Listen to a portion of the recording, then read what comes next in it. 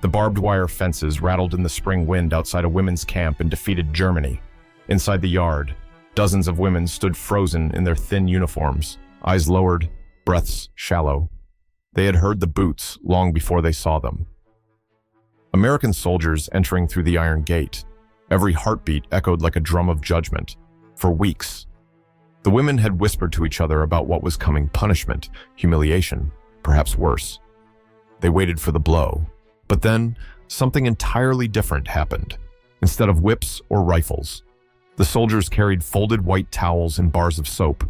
One soldier, his helmet casting a shadow across his face, extended his arm gently and placed the bundle into trembling hands. A silence fell so deep it seemed to swallow the camp whole. What should have been the sound of fear turned into the sound of stunned disbelief. Why would soap and towels, simple, everyday objects, provoke such a shock? Why did this gesture seem more terrifying at first than the sound of gunfire? The answer lies in history. By 1945, countless German women had been branded as comfort women, accused of ties to the Nazi war machine, or punished merely for surviving near the front. The audience, too, is conditioned to expect violence in such a moment: vengeance, cruelty, degradation. This is the story we think we know. Yet here, reality bent in a different direction. The women themselves expected the worst. Diaries later revealed they prepared mentally to be spat upon, slapped, denied food, or herded like animals. They had been told for years that the Americans would strip them of every last shred of dignity. They braced their bodies for that prophecy to be fulfilled. And then came the reversal. A bar of soap, its clean scent strangely alien in a camp where sweat and damp straw defined daily existence. A towel, still warm from being folded inside a soldier's pack, pressed into hands that had grown used to cold metal bowls and coarse rags. These were not weapons, but instruments of renewal. In their fibers and fragrance was the suggestion of something radical that humanity, even in the ashes of total war, might still flicker. To the women, that soap and towel were no longer just objects. They became symbols. The soap meant more than washing, it meant purification from a history of violence. The towel meant more than drying, it meant being seen again as human. Not as enemy, not as discarded remnants of a defeated Reich. The scene reached its emotional peak in silence. Fingers clenched around the fabric, eyes widened, shimmering. One woman's lips trembled, unable to form words, and a single tear carved a line down her cheek. This reversal, quiet yet devastating, cut deeper than the sharpest bayonet. In war, sometimes a bar of soap weighs more than a rifle because it presses not against the body, but against the soul. And so the question lingers, echoing across time: if it were you, after years of hatred and fear, could you lift your head to accept that small act of mercy? The road to that moment was paved long before 1945. Germany's collapse at the end of the Second World War created a shadow over its civilian population, especially its women, in Allied records. Many were grouped under the vague and often damning category of comfort women, a term loaded with accusation, suggesting forced intimacy with soldiers or service in military brothels. Some of these women had indeed been swept into the machinery of exploitation. Others were simply nurses, clerks, or young women caught in occupied zones. Yet the stigma was the same. The wider context sharpened the tension. Across liberated Europe, vengeance fell swiftly on women suspected of ties to the enemy. In France, more than 20,000 women were publicly shamed, their heads shaved in village squares, accused of collaboration with German occupiers. In Czechoslovakia and Poland, accounts of beatings, forced marches, and summary trials filled newspapers. The pattern seemed inevitable when the conquerors arrived. Women associated with the defeated regime would pay the price. The women in that German camp knew these stories. Rumors traveled faster than trains in wartime Europe. They had heard of French women paraded through towns with swastikas painted on their foreheads. They knew of Soviet reprisals in the East, where whole villages were left in mourning. The expectation was simple, brutal, and unshakable punishment was coming. Inside the camp, daily life only reinforced this dread. Diaries confiscated after the war described nights filled with whispered questions. Will they starve us? Will they drag us out before the others? An entry from a young nurse named Liesel, only 24, reads, "We wait like animals before slaughter. Better the bullet than the humiliation." These weren't exaggerations born of paranoia. They reflected the real fate of women elsewhere, where the line between justice and revenge often disappeared for the American guards. However, the perspective was shaped by different forces. Military reports from 1944 show the U.S. Army shipping not only weapons and ammunition across the Atlantic, but also unimaginable quantities of soap, disinfectant, and medical supplies. To them, hygiene was not a luxury, but a weapon against disease, an instrument of control in massive prisoner camps. Cleanliness kept epidemics at bay, maintained order, and reassured the public back home that the United States managed its captives with discipline, soap, and towels. In the eyes of American logistics officers, were tools of efficiency, not tokens of compassion. But for the women, standing in worn boots on muddy ground, the symbolism was unavoidable. They expected degradation. Instead, they were handed the very items that, in their culture, signaled care washing after childbirth, preparing linen for a guest, preserving dignity in mourning. To be offered these by their supposed enemies was not just surprising. It overturned the mental universe they had been forced to live in. The contrast sharpened the paradox, while the world outside the camp seemed bent on revenge. Here was a moment where mercy cloaked in something as ordinary as cotton cloth quietly slipped into history. The air in the camp thickened as rumors piled upon each other. Each clatter of a rifle, each shout in English beyond the gates made the women stiffen, bracing for cruelty. They carried in their bodies the lessons of propaganda and the stories of vengeance. Even the youngest among them, barely out of girlhood, had learned to expect that capture meant degradation. Their imaginations painted grim scenarios. Some whispered of being paraded through nearby villages, mocked by crowds. Others envisioned starvation, their food rations cut off to break their will. A few recalled chilling words once overheard from retreating German officers. "Better to fall into hell than into their hands." Those words clung like a curse, poisoning every moment of waiting. An older woman named Hilde, once a clerk in a Berlin office, scribbled a note in the margin of a borrowed Bible. "They will strip us of dignity. That is the true punishment, not the hunger, not the cold, but the loss of being human." Her handwriting trembled, smudged with dampness. Later, when the Americans entered, Hilde pressed this note into her shoe as if carrying her last testament. The tension grew not only from fear, but also from the echo of Europe's wider violence. News had filtered into the camp about reprisals in the east, where Soviet troops swept across villages, and entire communities bore scars of vengeance. The women could not separate themselves from these tales. They believed their fate would be no different. They rehearsed the humiliation in their minds, each expecting to be called out, shamed, or broken. As days passed, hunger knotted their stomachs, and anticipation turned into a steady, grinding dread. A woman named Marta confided to another that she had begun refusing food altogether, believing starvation preferable to what awaited. Her thin frame, silhouetted in the camp barracks against the moonlight, was a living prophecy of despair. The Americans, meanwhile, moved with matter-of-fact discipline, their boots echoing against the wooden floors as they inspected the camp. To the prisoners, every metallic clang of equipment was an omen. To the soldiers, it was simply routine. But perception is its own reality. And in the minds of the women, routine sounded like doom. The atmosphere could be summed up in a single, unbearable truth. Everyone inside was preparing for the worst. The anticipation was almost worse than any punishment itself.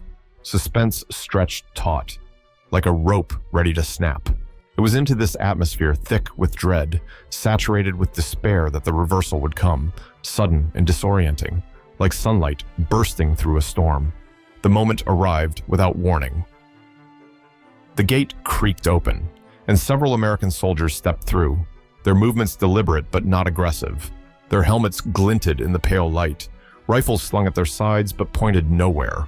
The women stiffened, hearts hammering. This was it, the punishment, the reckoning. But the soldiers did not shout orders or drag anyone forward. Instead, one of them, a young sergeant from Ohio named William Carter, carried a crate and set it gently on the ground. Another lifted a bundle from his pack and unrolled it across a table in the barracks. White cloth, towels, stacks of them. The women exchanged wary glances. What kind of humiliation was this? Would they be mocked, made to wash in front of each other, their minds scrambled for explanations that fit the cruelty they expected? Then came the bar of soap. The sergeant pressed it into the palm of a trembling woman. She flinched, expecting a blow, but instead she felt the solid, unfamiliar weight of something smooth, fragrant, impossibly clean. A hush spread across the room. Fingers curled around the bar as though holding a relic, for the first time in months. The air carried a scent other than damp straw and sweat the sharp, almost medicinal perfume of soap. It filled the barracks like a ghost of normal life, a reminder of bathrooms once tiled and gleaming, of warm water in basins, of mothers scrubbing children's hands before dinner, to women who had lived in filth and fear. It was a smell of another world. The towels, still faintly warm from being folded, brushed against skin roughened by cold. The texture was soft, yet firm. Unlike the rags they had been given before, it was as if warmth itself had taken material form and chosen to rest in their hands. Some pressed the cloth against their faces, inhaling deeply, eyes closed, as though afraid the miracle might vanish if they opened them again. Symbols carried their own weight in this moment. The soap was not just soap. It was the promise of cleansing, of washing away the dirt, not only of the body, but also of shame and accusation. The towel was not just fabric. It was a gesture of covering, restoring privacy, restoring dignity. Outside, a wind rustled through the barbed wire fence. Yet inside the barracks, time seemed suspended. Soldiers handed out the items without ceremony, as if it were the most ordinary duty. To the women, every second stretched into eternity. The reversal was almost too much to process. In that instant, the entire script of captivity, fear, punishment, degradation was torn up. What replaced it was not freedom, not yet, but something just as shocking: recognition of their humanity. The barracks smelled of soap for days afterward, a fragrance so alien to the camp that it became the subject of whispers. At night, women traded small anecdotes the way children might trade secrets. One recounted how a soldier had pressed the towel into her hand without even looking at her, as though it were simply procedure, but she had clutched it so tightly she feared it might tear. Another admitted she could not bring herself to use the bar of soap, instead hiding it under her mattress as a talisman. This was more than comfort. In the economy of captivity, where scraps of bread and scraps of dignity held equal value, the soap and towel became currency of the soul. To receive them was to feel seen. To hold them was to remember a self that existed before war. Letters and diaries later unearthed reveal the complexity of these emotions. A nurse named Anneliese, once stationed with a field hospital, scribbled in her diary in May 1945, "I expected a curse. Instead, I received linen. What does this mean? Do they see me as human? Or do they simply not care enough to hate?" Her words capture the limbo in which many lived, suspended between humiliation and renewal, unsure whether to trust the gesture or recoil from it. For the Americans, distribution was routine. Army quartermaster reports list precise figures. In the spring of 1945 alone, more than 200,000 bars of soap and 150,000 towels were allocated to prisoner camps across occupied Germany. What for the women felt like a revelation was, on paper, logistics part of a system designed to prevent lice, typhus, and disease. Yet meaning lies not only in intent, but in reception. And for these women, the ordinary became extraordinary. The symbolic power of the objects soon spread. When one woman carried her towel draped over her shoulder, others followed. Not for warmth, but as a subtle statement: we are still human. In the silence of the camp, that gesture was louder than any speech. Even gossip, often laced with bitterness, turned softer. Someone joked about how the Americans guarded the soap more carefully than their rifles, drawing a rare smile. Another whispered about a black soldier who offered her a cigarette, a detail that struck many as doubly shocking, shattering layers of prejudice instilled by years of Nazi propaganda. By summer, the paradox had taken root. The very enemies they had been taught to despise had handed them symbols of dignity. This inversion gnawed at them, quietly rewriting assumptions. If the conqueror was capable of such gestures, then perhaps everything they had believed about the world was unstable. And here, dear viewers, is where I ask you directly, what would you have done in their place? Would you have used the towel immediately, letting its warmth wash away the past? Or would you have hidden it, guarding it like a secret against a world too brutal to trust? Over the weeks, the soap and towels did more than clean bodies. They began to erode the walls built inside minds. The first cracks appeared in whispered conversations after lights out. When the barracks lay in uneasy quiet, one woman confessed she had dreamed of her childhood home, where her mother laid out clean towels on Sunday mornings. Another admitted she could not reconcile the Americans she saw with the monsters described in Nazi broadcasts. These fragments of doubt, though small, were revolutionary in a world where ideology had been hammered into every corner of life. Psychological shifts are rarely dramatic. They are gradual, almost invisible until hindsight reveals them. The women began to notice details: soldiers who treated them with professional detachment rather than cruelty, the orderly distribution of rations, even the casual laughter of American guards that sounded more like farmhands than conquerors. Each observation chipped away at the image of the barbaric enemy. A diary entry from Hilde, the former clerk, dated July 1945, captures this fragile transformation. They gave us soap, then more bread than I thought possible. It is not kindness, perhaps, only policy. But policy does not explain why my heart stirs when they call us ladies instead of prisoners. Her words speak to a subtle rebellion, a rebellion against despair itself. Statistics anchor the scale of this change. By autumn, more than 371,000 German prisoners were held in camps across the American zone.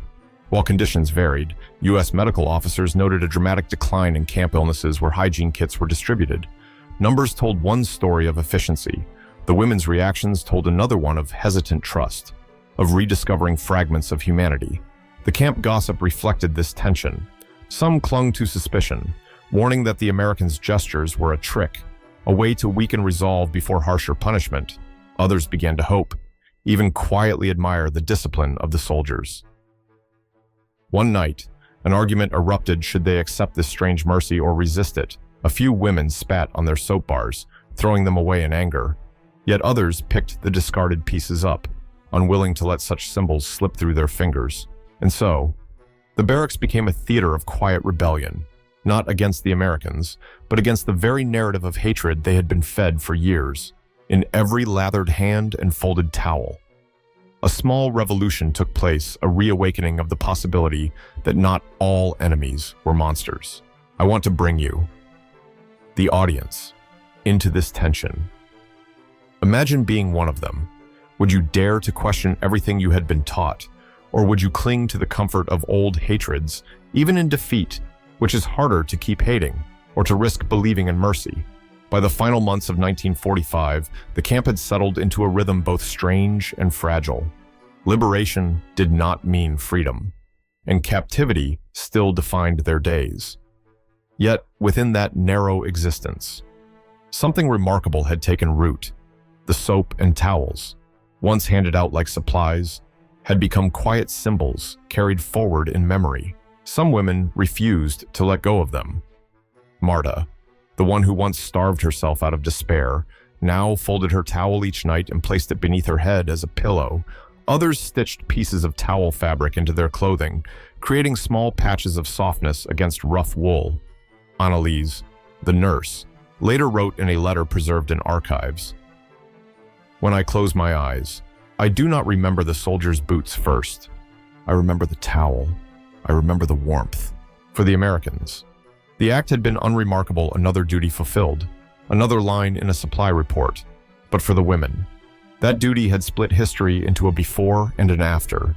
Before, they had lived as shadows, expecting humiliation. After, they carried the fragile conviction that even enemies could recognize their humanity. The numbers behind the story add weight to this transformation.